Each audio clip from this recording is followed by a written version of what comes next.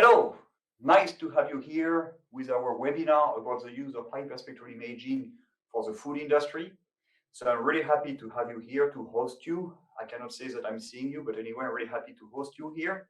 I'm not alone. I'm here, Mathieu Marmion from Specim as a lead application specialist. Sorry, I have to think to remember who I am. So I'm not alone. There is me. There is also our guest speaker who is here. He is like Emilio de la Red from Indeo. So please present yourself. Good evening. I am Emilio, as Mathieu told us. I am the chef of the innovation office at Indeo. We are a Spanish manufacturer company of different machine vision equipment, and we integrate Specim cameras in some of our equipments. And I'm going to share our experience with Specim with you in a few minutes. Thank you, Emilio. So there's Emilio, me, but we have also the realization with Harry. Harry, say hi. Hi, everybody. So we are three here just for you. And so this actually will happen in three parts. The first part is what we are doing here. We are introducing this webinar just to tell you the rules. So basically, there is a chatter. So please put your question in the chatter. Then there will be a record version, like for example, I'm going through, or we are going through our company, some success application, and also what is the technology about. And after that, there is a Q&A. So basically, just write your question during the webinar, during this session, and then at the end of the record, we will answer, me and Emilio, to your questions. You will notice we also have a poll. So if you want to answer the question, that would be quite interesting. What else? I would just wish you to have a good webinar and see you in about 38 minutes, if it is the time of the record session. So see you in 38 minutes for the Q&A.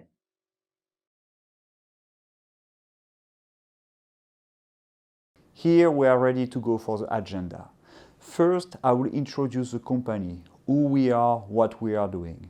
Then most important actually, what is hyperspectral imaging? And here, in the next step, I will also draw your attention to hyperspectral imaging in food sorting and quality inspection. What can be detected, measured with hyperspectral imaging, and here we will also highlight some successful application. As you know, we have just released the Specim ONE platform. So that's going to be one part of this presentation and actually one part of the demonstration, which is going to just follow this presentation based on slides. Then we have a guest speaker, Emilio de la Red from the company Indeo, who is going to show how our camera could be used in an industrial fashion in a successful way for different applications related to food. Then, finally, there will be your question and answers. About the company.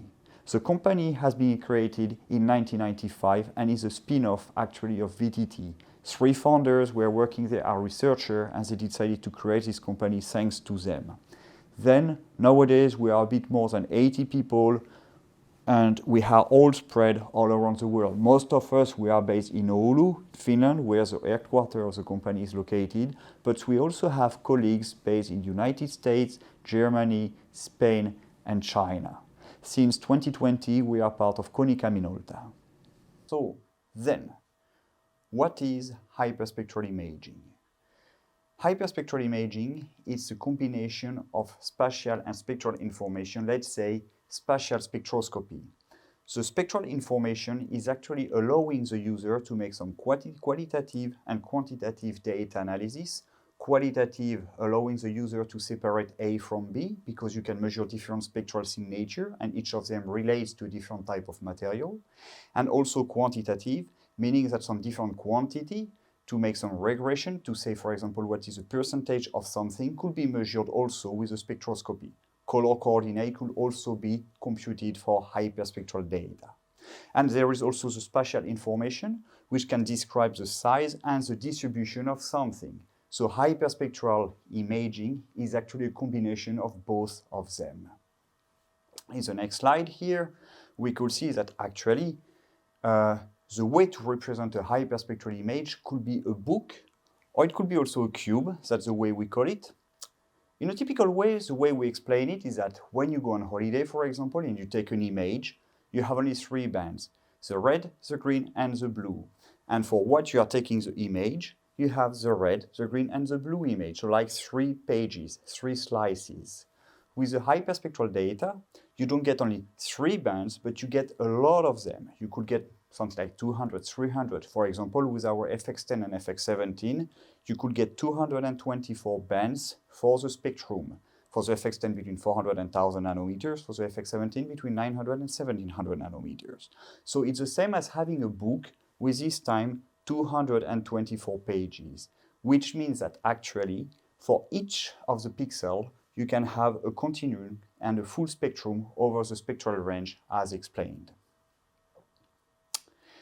And then typically hyperspectral data or hyperspectral sensors, and especially those provided by Specim, they could cover the spectral range between 400 and 12,000 nanometers. Between 400 and 1000 nanometers, we are talking about the visible and the NIR spectral range. Between 900 and 1700 nanometers, we are talking about the NIR spectral range. We are also making camera between 1000 and 2500 nanometers, which is a shortwave infrared. There is also the midwave, which is between, in our case, 2.7 and 5.3 micrometers, and the thermal infrared between 8 and 12 micrometers. At Specim, we have the know-how and the possibility to produce camera covering this full spectral range. And as you can see, this is part of the full electromagnetic spectrum, which is going from the Y rays until the long radio waves. It's a tiny part out of it, and the visible being even a smaller part, a smaller portion of this full range. Once you have made a model, once you have been acquiring data, you can make a model to separate different types of objects. So here, this slide is to explain how HSI can be used to make some modeling and how it can be used to separate different types of objects. On the left-hand side, you could see a picture, just a photo of different types of samples where there were pistachios, almonds, shells, and pieces of wood. With the RGB camera, which is measuring only at 3 wavelengths between 400 and 700 nanometers, those objects could be separated, but only on a rough way. It's really difficult to separate what is a pistachio from what is a contaminant. Here the contaminant will be the wood and the shells. With an FX10, where we can actually start to see spectra, and especially to look at some nice spectral feature, for example, it's pistachios and almond, and 930 nanometers, there is a little bit of oils that we could look at. There is an absorption peak over there. So the FX10 start already to give some good information. Remind you, the FX10 is between 400 and 1000 nanometers. So here a model can start to be relevant to separate the shell from the almond. But it's not perfect. If you go for even longer wavelengths with the FX17, you can really highlight more chemical compound which is included within the almond, within the pistachios, which are not necessarily within the wood, neither within the shell. And here the FX17 model is even better. So this slide just to explain that hyperspectral imaging has clearly an added value compared to some traditional methods which are more based on RGB cameras, and then different wavelengths can be more adapted to separate different types of components. What is a typical hyperspectral imaging setup? Remember, hyperspectral camera measures spectra. A spectra, it is how an object reflects the incoming light at different wavelengths. So when you want to have a typical hyperspectral setup, you need to be, as it is on the slide and as it is in our demonstration as well. You have the camera, remember hyperspectral camera from Specim, there are only line scan device. And each pixel of the line, they have independent spectral information. So there is the illumination, which is then incoming some light. And it's important that this light has a continuous spectrum over the full spectral range. So the light is incoming, and then the camera is measuring the reflected one. And this is the way that how a hyperspectral system looks like. You need to have illumination to be taken into account. And once you have been able to do that, to do the normalization, basically to measure, to compare what is reflected compared to what is income, you can obtain spectra, and then spectra can be considered as fingerprints, and then identification of object can be done like here with the walnuts and also with the shell. So this is how a typical setup looks like. Now we have explained what is hyperspectral imaging, and I hope you understood what we are talking about. I'm going through some examples, successful integration of our camera into the industry, hoping that it will raise in your mind some idea where the technology could be used. So the first type of application where hyperspectral imaging could be used for the food industry, it is for the meat, the fish, and the poultry industry. Here what is important is that hyperspectral imaging could be used to detect foreign objects. Foreign objects could include bone, blood, cartilage, but also plastic, woods, things that doesn't have anything to be in your plate. You don't want to have pieces of stones or things like this. Hyperspectral imaging is a technology which is suitable for that. Remember, hyperspectral imaging is a surface measurements method. So if you have, for example, minced meat and you want to detect a piece of bone which is at the middle, it will not work. This is a limitation. But if it is at the surface, or if you have, for example, a piece of plastic or wood at the top of it, then it can detect it. Also remember, you cannot only make qualitative data analysis, but also quantitative analysis. And here, it could be interesting for meat grading when you want to measure protein moisture or fat content, for examples. In the next slide, here you could see examples we have been making with some meat where we have been putting some contaminant, and here again, the Specim FX17 was really suitable to depict different types of contaminants that the human eye or like as an RGB camera would not be able to detect. Also, FX17 was suitable to find where big pieces of fat could be found in the meat. Another type of application where hyperspectral imaging is really having an added value, it is for dry food. For example, nuts and cereal. And actually you will see when I will be showing you the demo is going to be about this type of application with almond and the shells. Almond and the shell actually, if you look at them, they almost have the same color. They are brown. Their density is really, really close, but there is one big difference. In almond, or the nuts, or the walnuts, or the pistachio, you have a little bit of oil, which is not present in the contaminant, neither in the shell. And this is what we are looking at. There are absorption peaks, there is oil which is present, and that can be detected with the technology. So here, it could be used like this to detect different type of contaminant. It could be used as well to detect other things like mold. For example, if you have some cereals, or if you have some corn, and it is a little bit molded, the technology is suitable here to detect it. So here this is what can be done for those, and again, a typical integration which was successful with our application. It was here a system made by one of our integrators called Spectral, and as you can see here, there is actually the FX10 looking through an illumination dome, and they were able like this to separate the walnuts from the shell. And it was very successful. They were able to do it like this, as you can see, in an industrial manner. And you can see on the left-hand side, all the PLCs which are there ready to shoot the contaminant out actually of the fruit. Other application which where hyperspectral imaging could be really useful, it is for the fruits, berries, and also vegetables. I have many applications coming into my mind about that. So for example, if you have some bruising or blemishing of some fruit, for instance, I remember some studies made with our camera for tomatoes, strawberries, kiwis, and apples. So here it was more in the shortwave infrared where the technology was used to detect bruising. Bruising meaning if the fruit fell down or if it got a frostbite. It could be used as well to measure in a quantitative manner like the ripeness, and also, for instance, I recall some application for the grape, for the Brix index, for different type of fruits actually. It is completely independent, of course, of the color and the size of the samples, because here again we are looking in the NIR information, so the color doesn't have any impact on what we are measuring. And again, the separation with different objects. So here you can see a successful study which has been made with one of our FX camera. To the best of my memory, it was with an FX17, where avocados were looked at, scrutinized, in order to find some different blemishes under the skins. And here it was again a non-invasive method to detect this kind of thing, a non-destructive one, by the way, and it was done in real time. Here it was our partner called LuxFlux who was actually able to make this analysis with their software, which is fully compatible with our camera. 100% of the product could be covered, so successful application. Finally, it's not actually the final application, but almost, one about food packaging.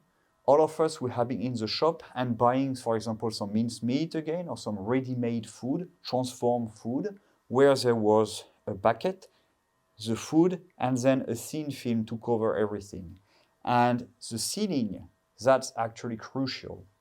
And the FX17 could be used exactly for that purpose, to try to find if the sealing is proper. FX17 is suitable to detect leakage, especially if you have some contaminant in place of the glue, where the glue should be. And the package could be made of plastics, and hyperspectral imaging is the only technology allowing these kind of things.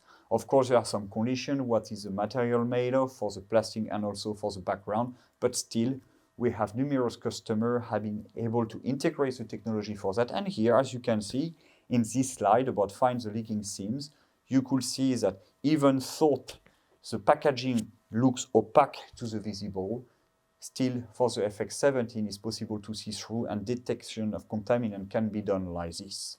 So really an improvement. And as I say, we have many customers actually integrating our camera for that purpose. And then finally, this is the final application we wanted to speak about for the food industry. It is not only about transform product, it could be at the seed level. And we have customers actually using our technology to check the quality of the seeds of what has been bought. So they want to be sure that a seed will give a vegetable or will give a plant in the future. So here the technology could be used for that. It could be used as well for the cereals to check what is the protein content, the starch content, to remove some contamination. So as a summary, to really check the consistency of the product. That was it about those applications. I hope that you got a nice overview of how the technology can be used and how it has been successfully implemented. But now I would like to speak about the new Specim platform, which is called Specim ONE. This is a spectral imaging platform. We are aware, and we have been selling cameras only, but we understood that for some people, for some customers, having a camera is not enough, because the camera is used for something, for example, for sorting, for make quantification, but it would be good to have the processing platform, to have the full package. And this is the idea of the Specim ONE. Specim ONE, as you can see on the PowerPoint here, it's actually a processing platform, a processing software combined with a hyperspectral camera. And here the idea is to make hyperspectral imaging easy in a way that we can classify different types of material easily without having really spectroscopic know-how beforehand. Also, there is a nice user interface. It's flexible. It's compatible with many major industrial machine vision standards. So it will really help you with this platform, and we really try to help our customer to make the integration much faster and more flexible into the production line. And here, as you can see, we see that actually this platform is in 3 parts. Of course, this platform is compatible with the Specim camera, with the Specim FX series, and those cameras are the first one which we believe are really fully dedicated for industrial application by their flexibility, by their size, by different features actually that you know already. So we have 3 cameras, part of this FX camera, FX for fast experience. There is the FX10, which is between 400 and 1000 nanometers, the FX17, which is between 900 and 1700 nanometers, and the FX50 between 2.7 and 5.3 micrometers.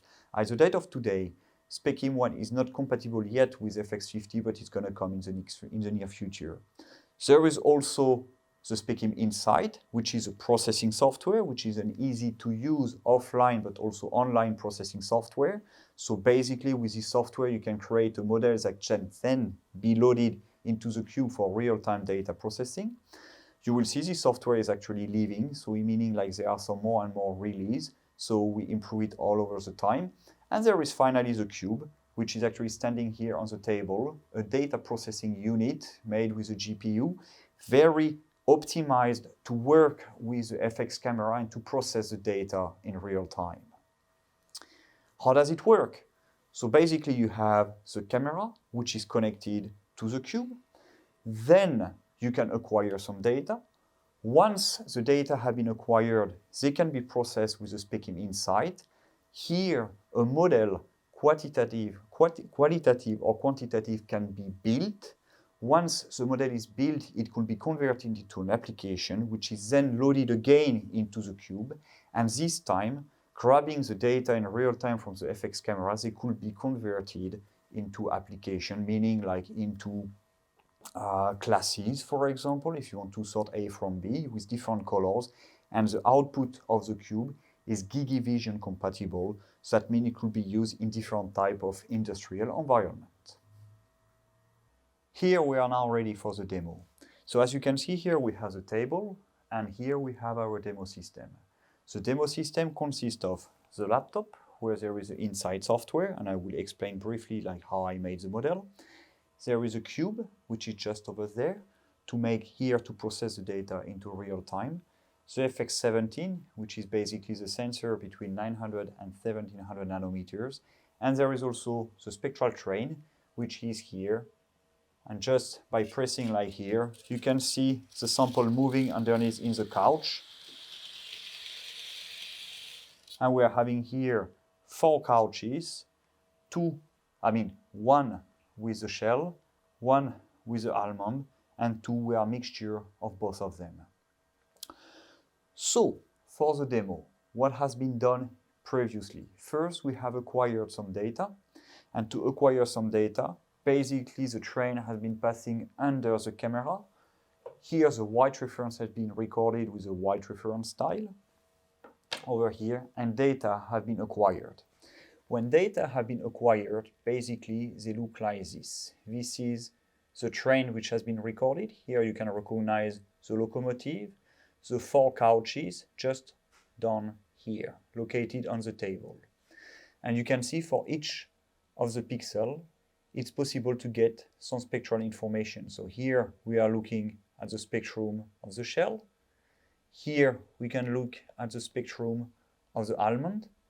And then we can compare with the spectrum, for example, of the plastic of the couch, which is over here. So as you can see, there are some clear spectral differences between those, especially around 1100 and 1300 nanometers.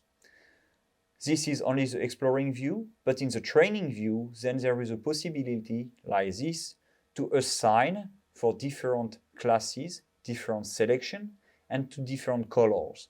So here, for the almond, as can be seen, there has been 2 selections which has been made over 2 different almonds, and here the spectrum has been allocated to the class almond. We made 2 selections, and almond will be sorted here, as you can see, in blue. For the shell, we actually made 4 selections, and the shell will then be sorted in yellow. Then everything which is different, like the table, the couch, the locomotive, those will actually be sorted in black. Once we have made a model or made some selection, we can apply some pre-processing. So here I will apply the Savitsky-Golay with a filter width of 5 bands, polynomial order of 2 and derivative order of 1, as well as SNV transform. Because we are aware that the most important feature for the sorting, they are mostly between 1000 and 1500, 1600 nanometers. Actually between 1000 and 1300 could have been enough, but just to make the model more robust, we'll go up to 1650 nanometers. We can actually reduce the full spectral range of the camera to this, which is highlighted here in purple, and then we can test the model like this. And here we can see that pretty nicely the almond could be sorted from the shell. This model then has been saved and also converted into an application. This application can then in turn be uploaded into the cube which is over there. That has been done, but you can see it from here already. Demo spectral train almond. We had another one for the plastic, for example, and it is already loaded. Then, if I go to the web UI, the web user interface of the cube, because this is the way that my laptop is actually connected to the cube via the Ethernet connection. Here we have the possibility to have like this the application demo spectral train almond, which is ready. And then by starting here the train, we will see passing underneath here the camera, the train, and having the sorting in real time. And as you can see, and as you have seen, the almonds, they are in fact sorted in blue and the shell in yellow. Another way to see it could be, for instance, with our cube player, which is over here, and I can make a stop, for example here, and you can see that again, the almond and the shell could be nicely sorted from each other.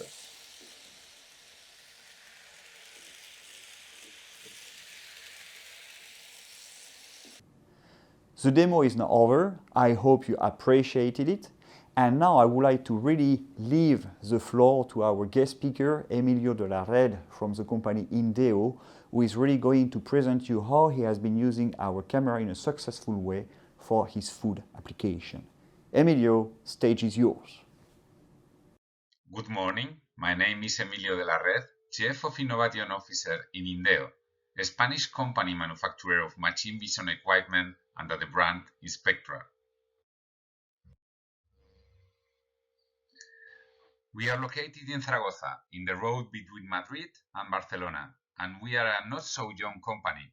We started our project 8 years ago and started working with Specim 4 years ago.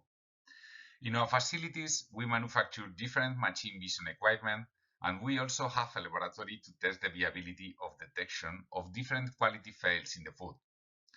We design all the mechanical and electronical components of our machines and also develop the processing software so we can make tailor-made solutions for our clients. We have received different awards in our start, the last one in the fair Meet Attraction in Madrid for our equipment thermosil inspector, which uses Specim cameras. The problem that we want to solve is the reduction of quality fails in the food production. For a big food producer, a quality fail supposes the entire destruction of a batch whenever supermarket chains detect a quality fail. This could mean big money losses for the producer and stress with the client due to stockouts. When exporting, could mean the loss of a client. For example, one client of us lost 8 million euro sales in Japan for a quality fail. Today, food quality inspection is carried out manually mainly, but by handwork. There also that could be also made with X-ray machines, metal detectors, and standard vision equipment. But this technology is poorly adapted usually for the products. So that's why many producers do it manually. We develop machines that integrate technologies such as deep learning, the technology used by autonomous vehicles that allows the training of machines so they learn to think like humans. It mainly consists on training a neuronal network from images. We are also specialized in high-speed capture and process of images. This technology allows us to process many images in a very short time or very big images with high resolution in a very short time. This allows us to monitor processes that occur at very high speed, such as the process of slicing. We are also the pioneers on integrating the chemical imaging composition in an industrial equipment for the food industry. We start from hyperspectral images and we compose color images depending on the spectral sign in order to take decisions to automate the quality control. We can also integrate another vision technologies as 3D vision. We need to convert the image captured by the hyperspectral cameras into some color images. This is due by a software who composes the chemical images. With that software, we try to recognize the spectral films associated them with different colors. For example, you can see here a potato, clay, and a stone. In order to distinguish them, because it's very hard comparing the tonal ranges, you need to assign different colors to the different spectral signs of the products. As you can see, the spectral sign of the potato is different from the clay and also from the stone. So the spectral range of the different products can be colored in one color. If we color the oilcake product in green and the cow products or the quality fails in red, with that chemical image processing in machine vision software, we can automate decisions for the rejection systems.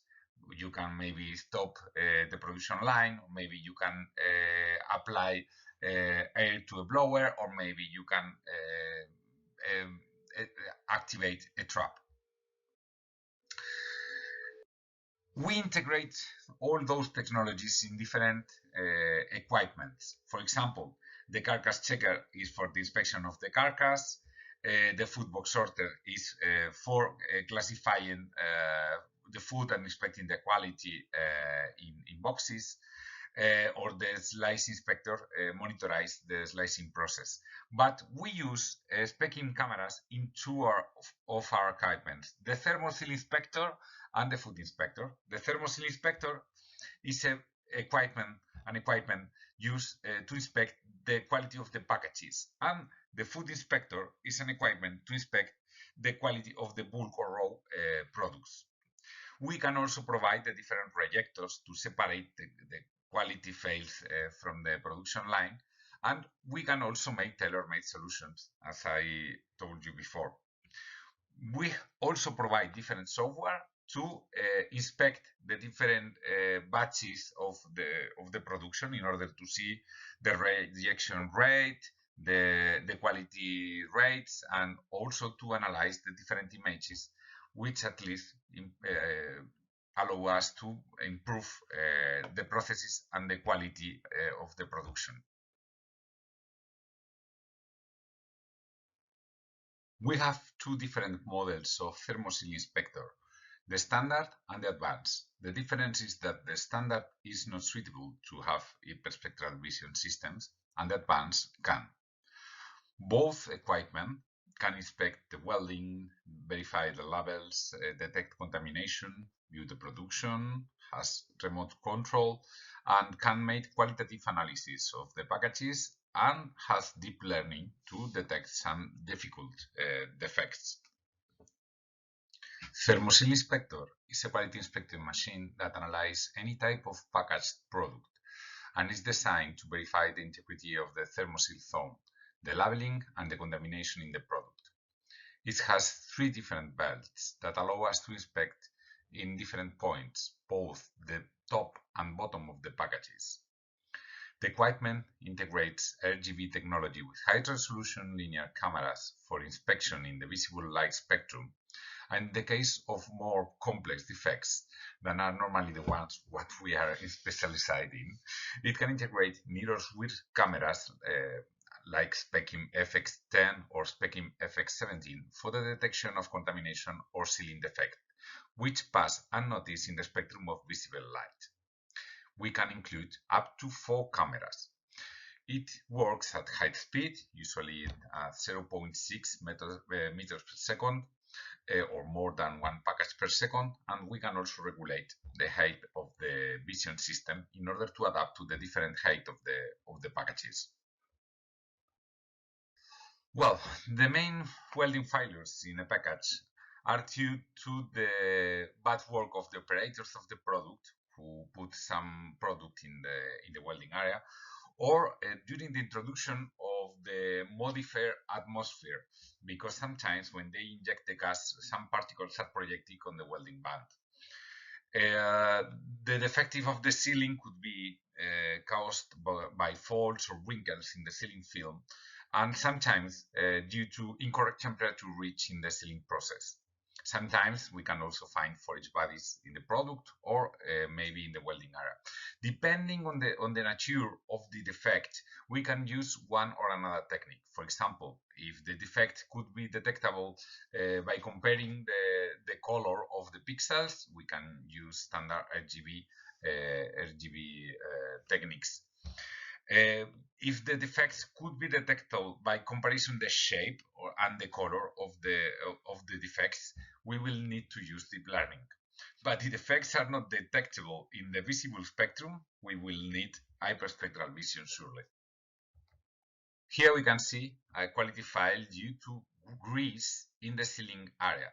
When the grease is pressed by the thermoformer and heated, it converts in a transparent product that cannot be detectable in the visible spectrum. So we can detect it with hyperspectral imaging and chemical imaging. This is a sample of entrapment of the interleaver in the welding area. Interleaver is usually transparent, could be maybe translucent in some angles, but it's very hard to detect with standard machine vision systems. But with hyperspectral and chemical image, we can detect it. This is a case of grease, similar than the ham package, but in this case we have a BPAC package. Here we have a pizza, and the contamination is due to cheese, which is white in the same color of the background of the film, and also we can detect flour and other contaminants that are not are unseeable in the visible spectrum. Here we can see another kind of package, a pouch. We can see the trap in the zipper and also in the sealing area of the package, in this case ham. And here we can see an example of detection of contamination. In this case we are detecting red plastic over ham, cured ham. As the red plastic has the same color, it's not possible to detect it with standard tonal comparison, so we need chemical imaging. In this case, this is an interesting case. We have a package, a pouch package, in this case a dye pack, and we can detect when the silicone that seals the top of the pouch goes into the pouch, and this is an opaque package, but we can detect its defects with hyperspectral and chemical imaging also. In this case, we are presenting the food inspector. It has the same technology as a thermosil inspector, but in this case we have more grade of protection against the cleaning operations that are made in the food industry. It has the same capabilities and vision systems as the other equipment, and is used to detect mainly contamination. We can also extract some quality parameters, but it's not easy. Here's a sample of pork meat. We can detect, for example, tendons, bones, blood, and other contaminants as hair of the pork. And also we can segment the meat from the fat. This is very important in order to detect quality files sometimes when the pieces doesn't need any kind of fat, or to know the fat percent of a piece. In fishes also we have samples. Here we can see an example of detecting foreign bodies and contamination in shrimps, cooked shrimps. As you can see, if you could separate the contamination from the food, it's easy to detect it. But when it is mixed without chemical imaging, it's very hard to detect, because the shadows of the contaminants and the product could be mixed, and it's not very easy to detect. Also, we have an example in beans. This is a project we are working now for one producer.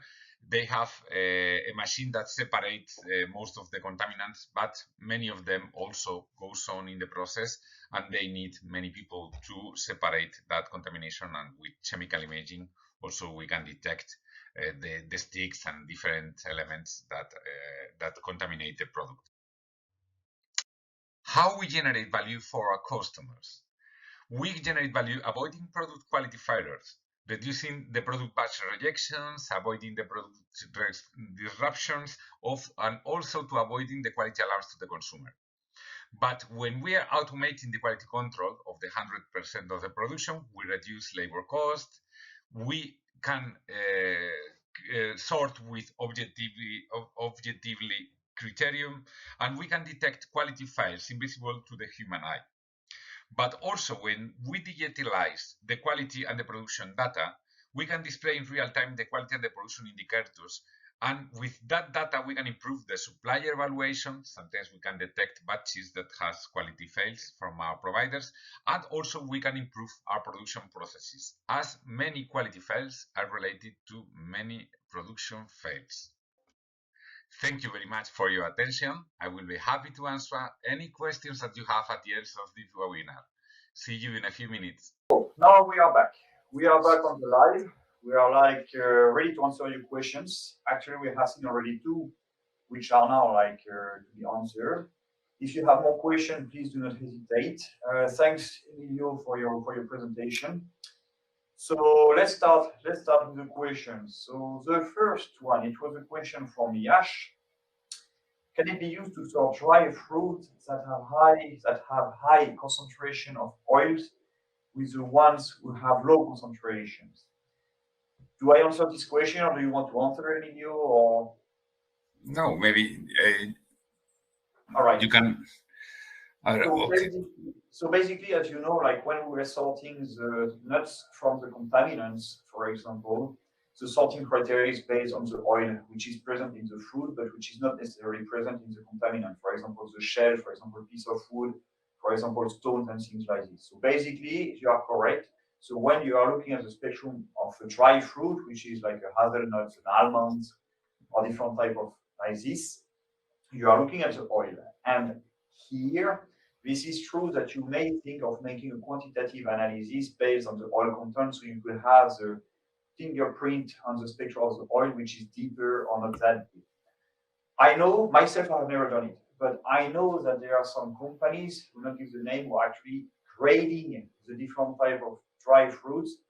I don't know if it's based on the oil, but using hyperspectral cameras. So that could be one thing to be done. It's just that I haven't done it myself. Then the next question, good morning. This camera can be used outdoors, for example, to find out more about the qualitative and quantitative composition of fishery product, fish, shrimps, cephalopods, etc., on board fishing vessels. So here, actually, Emilio, as part of your presentation, you were showing that you can sort contaminant from the shrimps and also from the fish, things like this. Do you want to answer this question? Yes, no problem. Of course, it's possible to use the camera outdoors, but you will need the required casing to resist the aggression of the weather. Usually in the food industry, you have worse conditions than outside, because usually they clean with high pressure water, also at high temperature and with detergents. And you need to take all those things into account, and also to allow to have a clean, transparent protection for the camera. That's very important.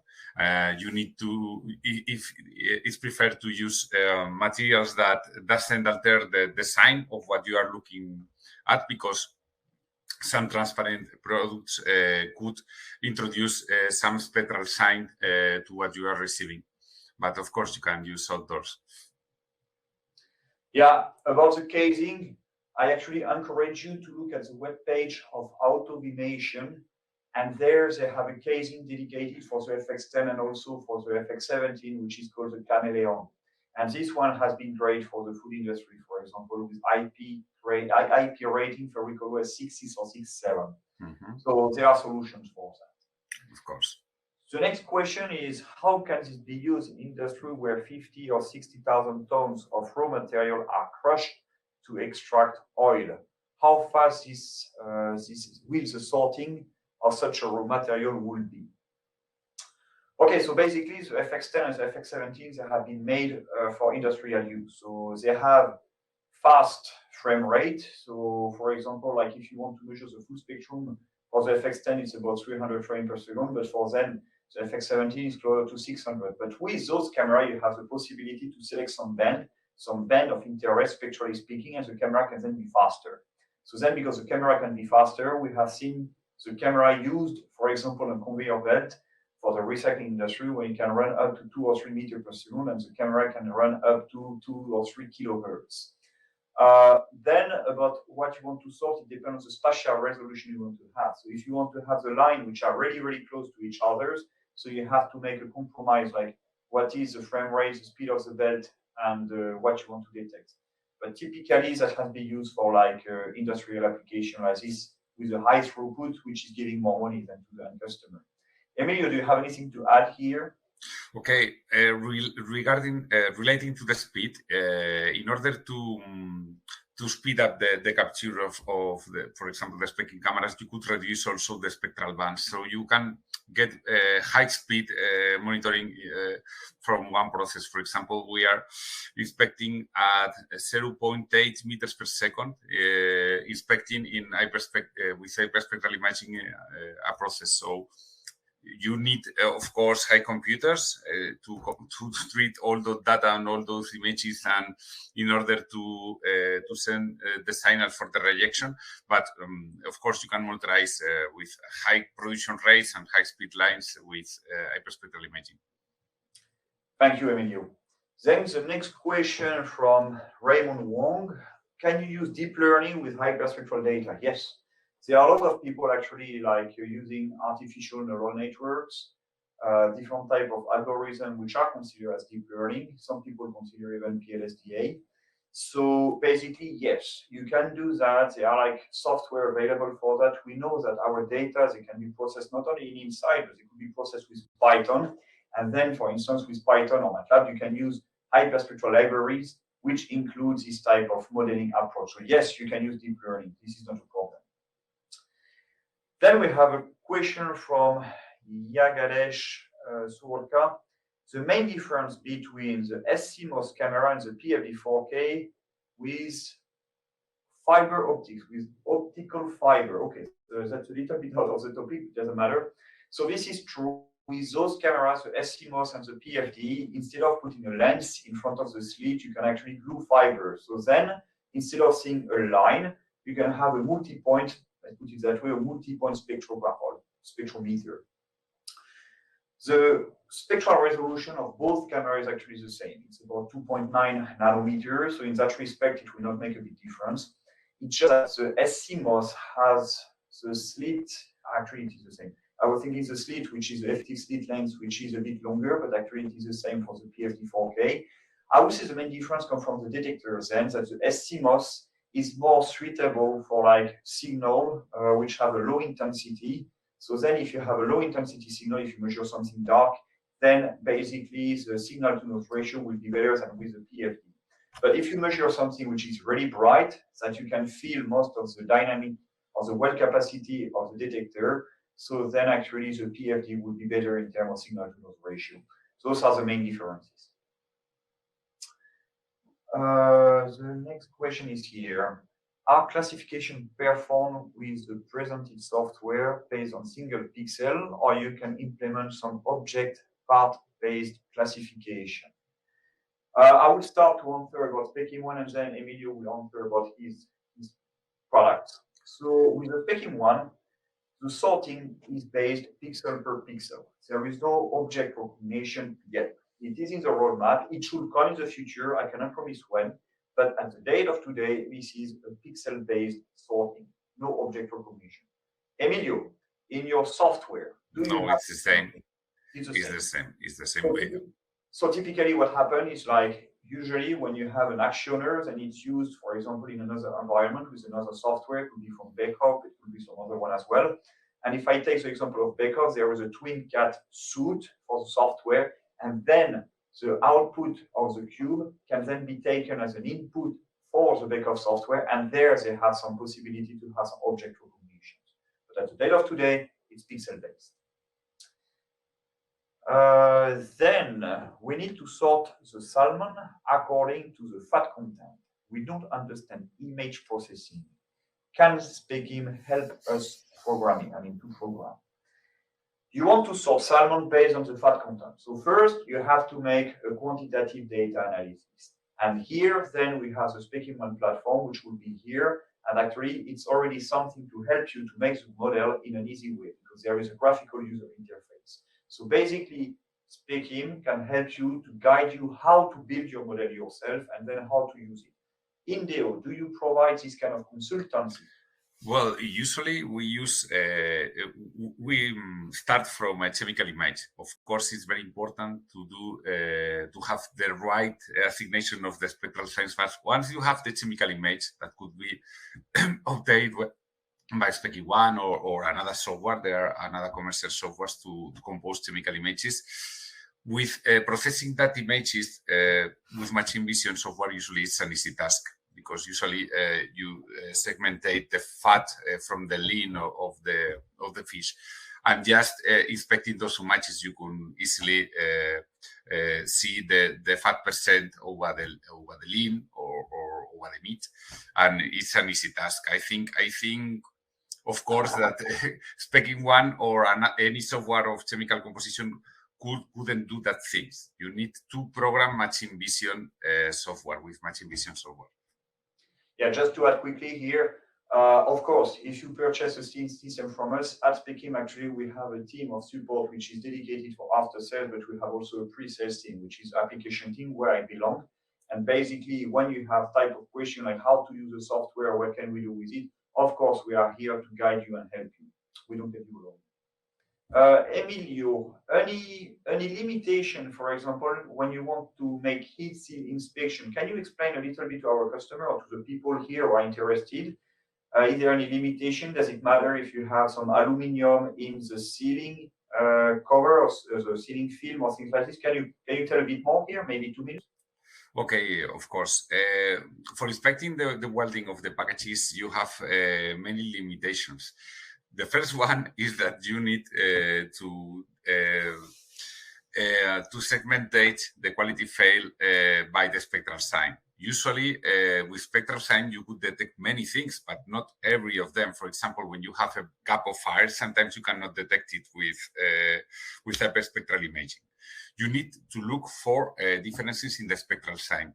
We usually work with Specim FX17 cameras, but sometimes with FX10, you can also detect some quality fails in the welding.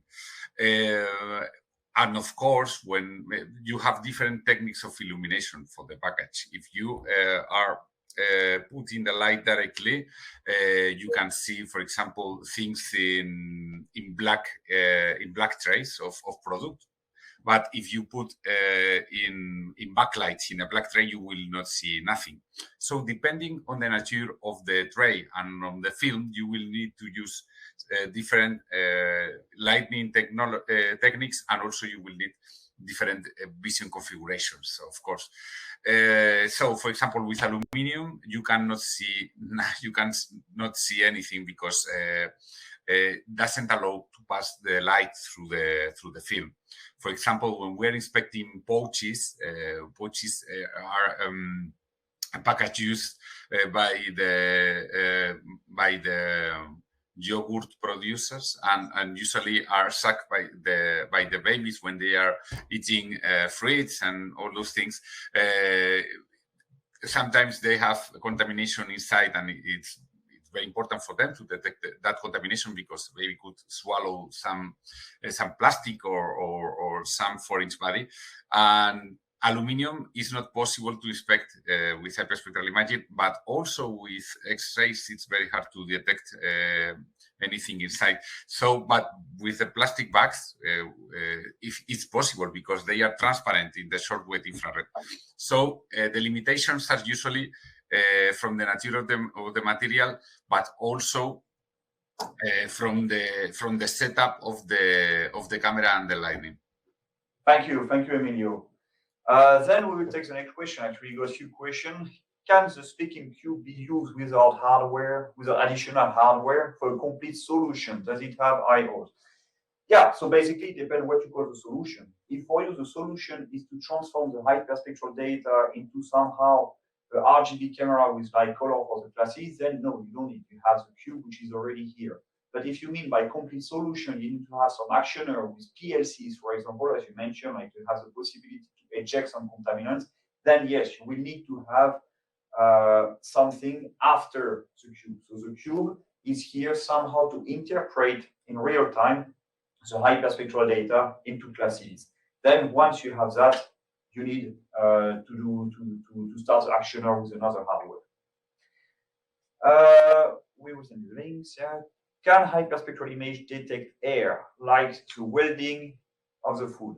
So here, Emilio, if you have an air bubble in the heat ceiling, for example, can it be detected or not?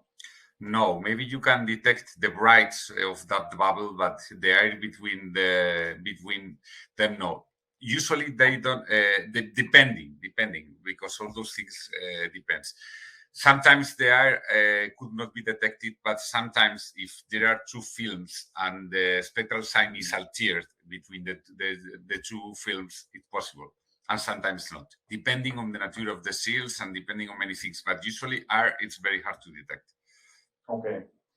So is it possible to use, because air doesn't have any spectral signature. Yeah. So then is it possible to use Specim ONE with AFX series?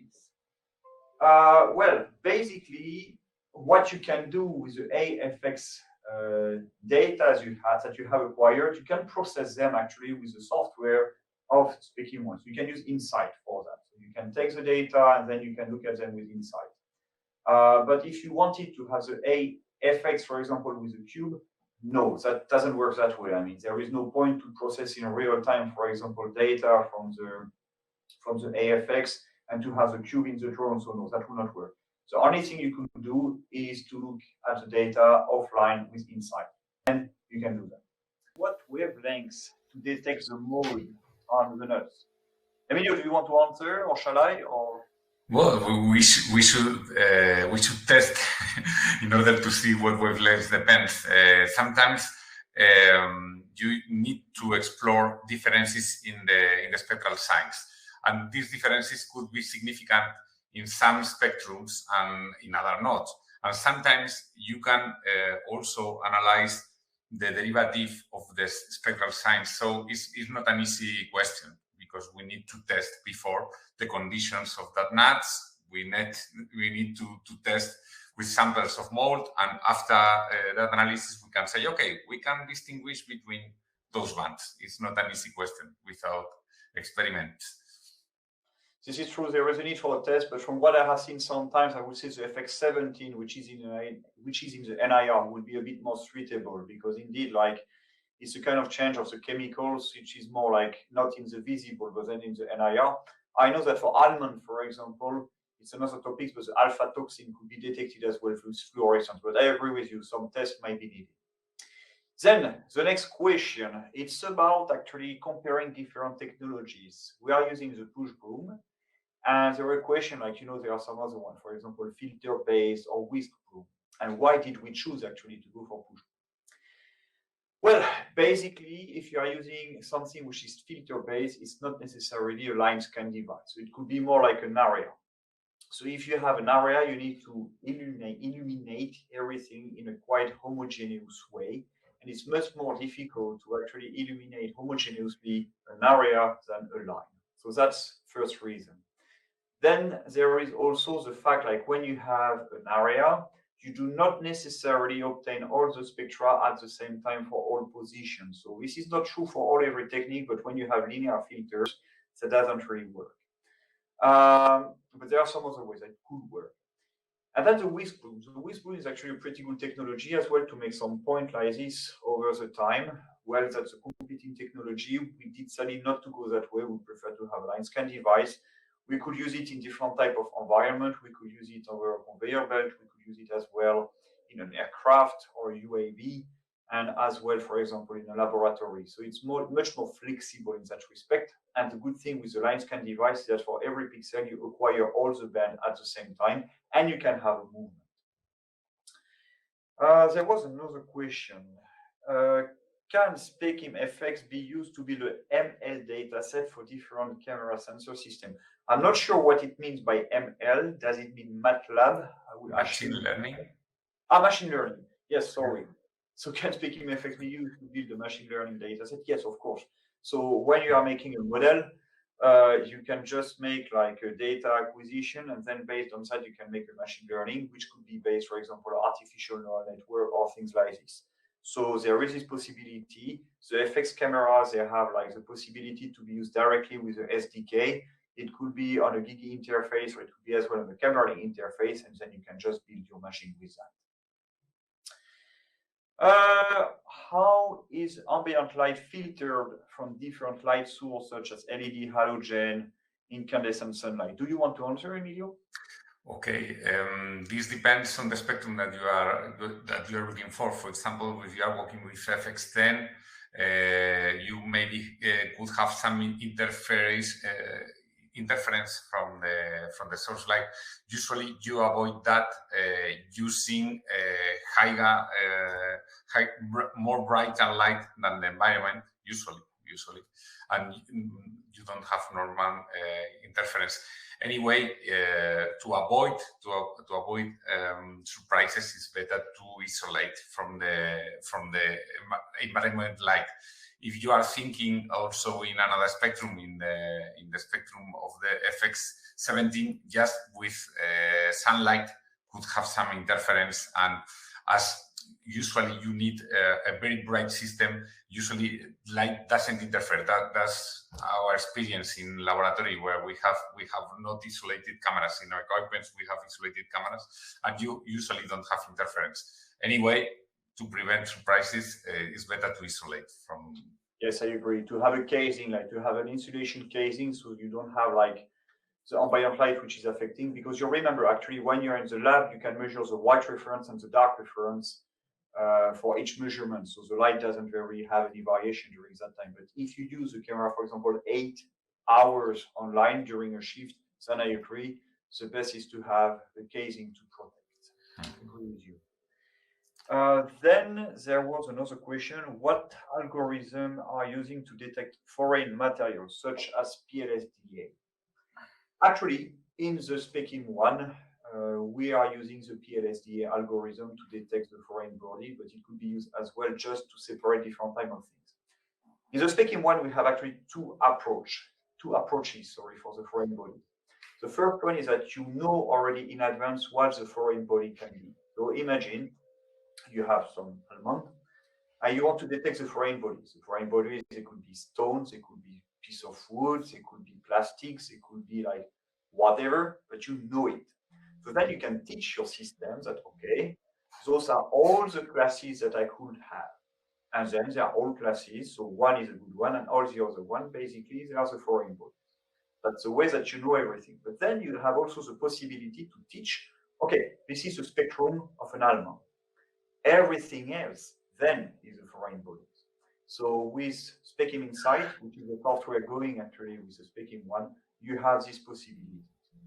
Can you tell a little bit more what you are using yourself, Emilio, when you were making? Well, actually, now for forage bodies, of course, you can use two techniques to learn the system to recognize the different forage bodies, and also you can maybe assign different colors if you need to separate the different forage bodies. But usually we just process the chemical images. That's how we work. We can generate several chemical images simultaneously. So depending on what we're looking for, we generate we process some chemical images with different algorithms, and another ones could be processed with different. For example, with one capture, you can generate two models. One of them could be to estimate the humidity of the sample. For example, you can think of different levels of humidity in some bands. Another one could be for forage bodies, and depend with these two different images, you process with different algorithms in order to detect if there is one fault in the product. Maybe the fault could be due to the 4-inch body or could be due to the excessive humidity, for example. Those things are how we work, and we work processing chemical images. So it's very important to make good models to compose the chemical images. That's how we work.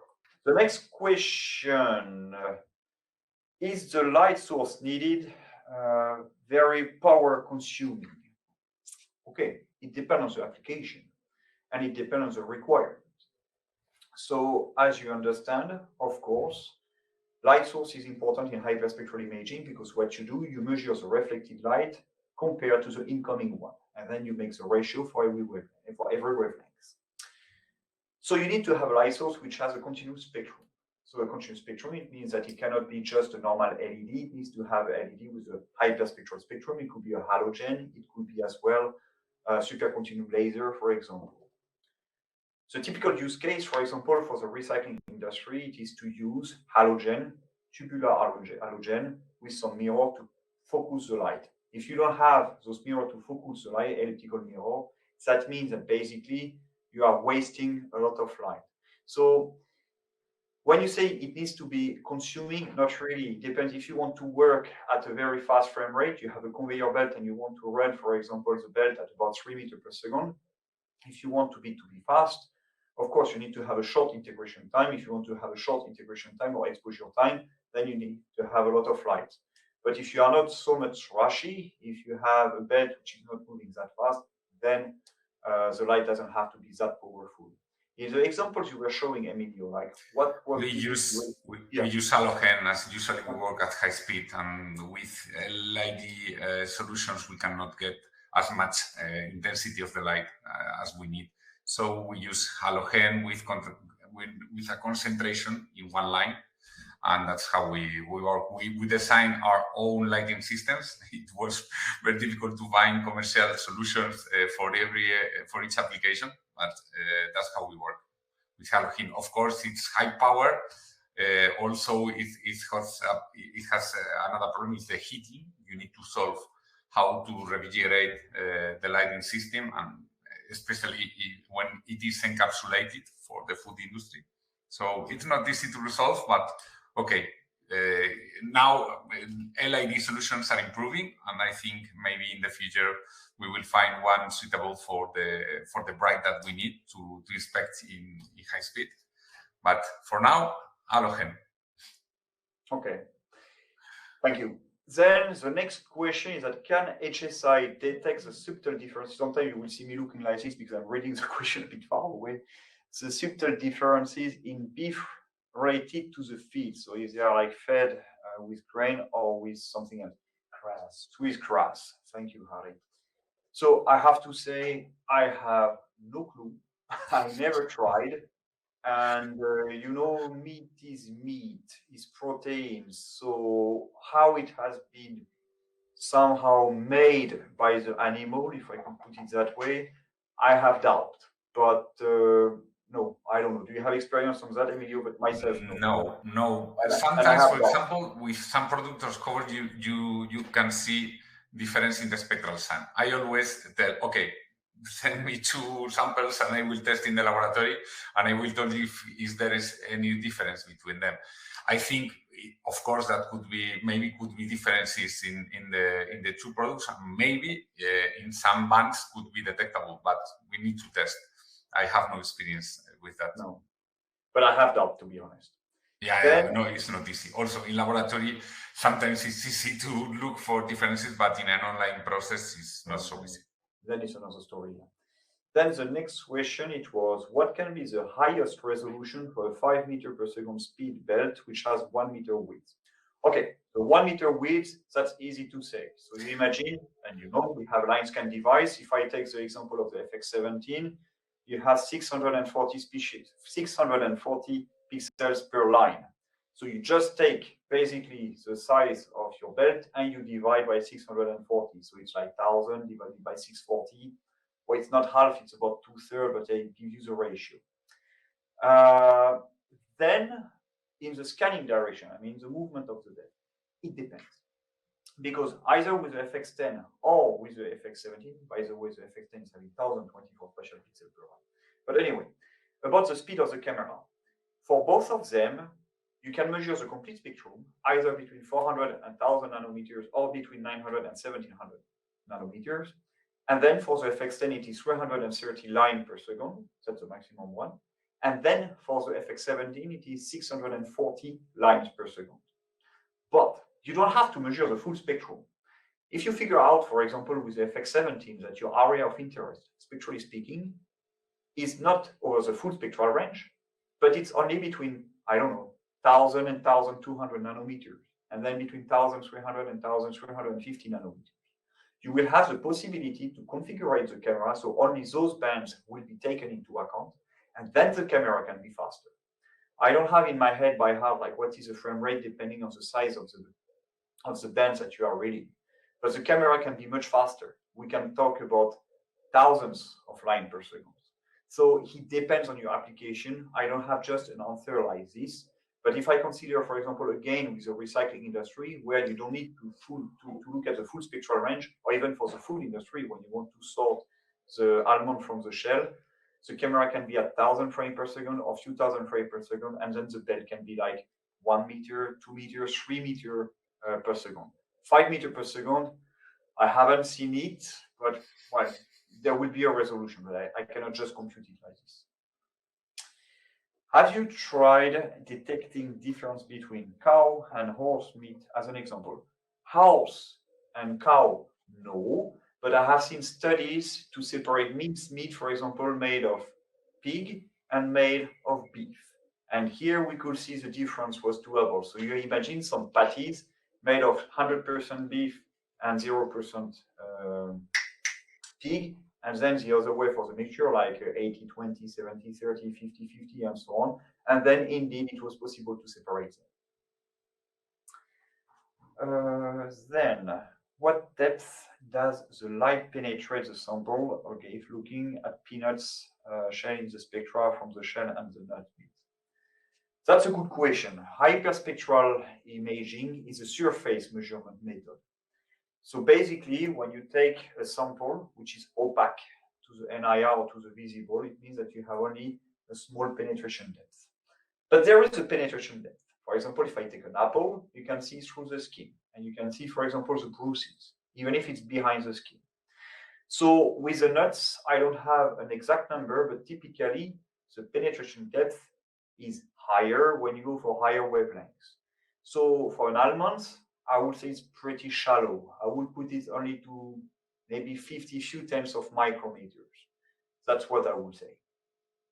Do you comment on that, Emilio, or you agree? Yes, no, I agree with you. I agree with you. Can you detect mold and mildew on fruits? Can you tell what type of mold is on the product? So basically, mildew, what comes to my mind, I'm French, it's coming to the wine. That's actually a kind of a disease or a kind of mold which is on the fruit. Can you take what kind? Mold or mildew? I haven't tried, I must say. Do you have some experience here, Emilio?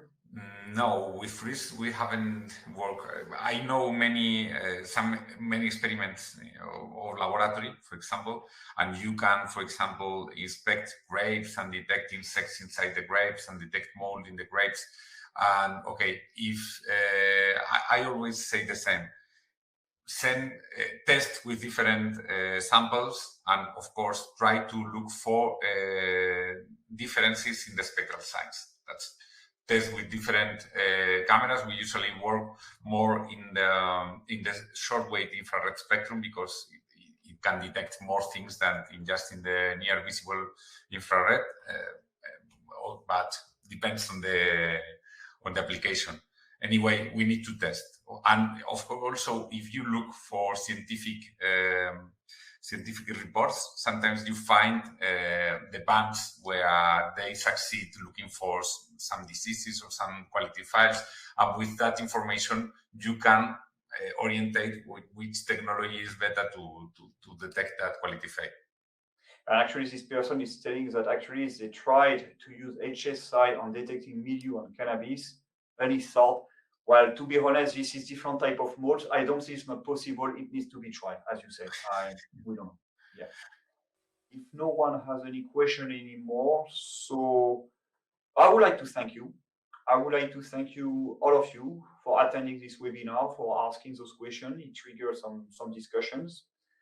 I also would like to thank you, Emilio, to be part of this webinar. And I encourage you actually to look at our website, so www.specim.fi or specim.com. So then you could look at our website. Thank you very much. I will leave you. Emilio, again, thank you very much. Thank you, Harry. Thank you. I wish you to have a nice day. Bye.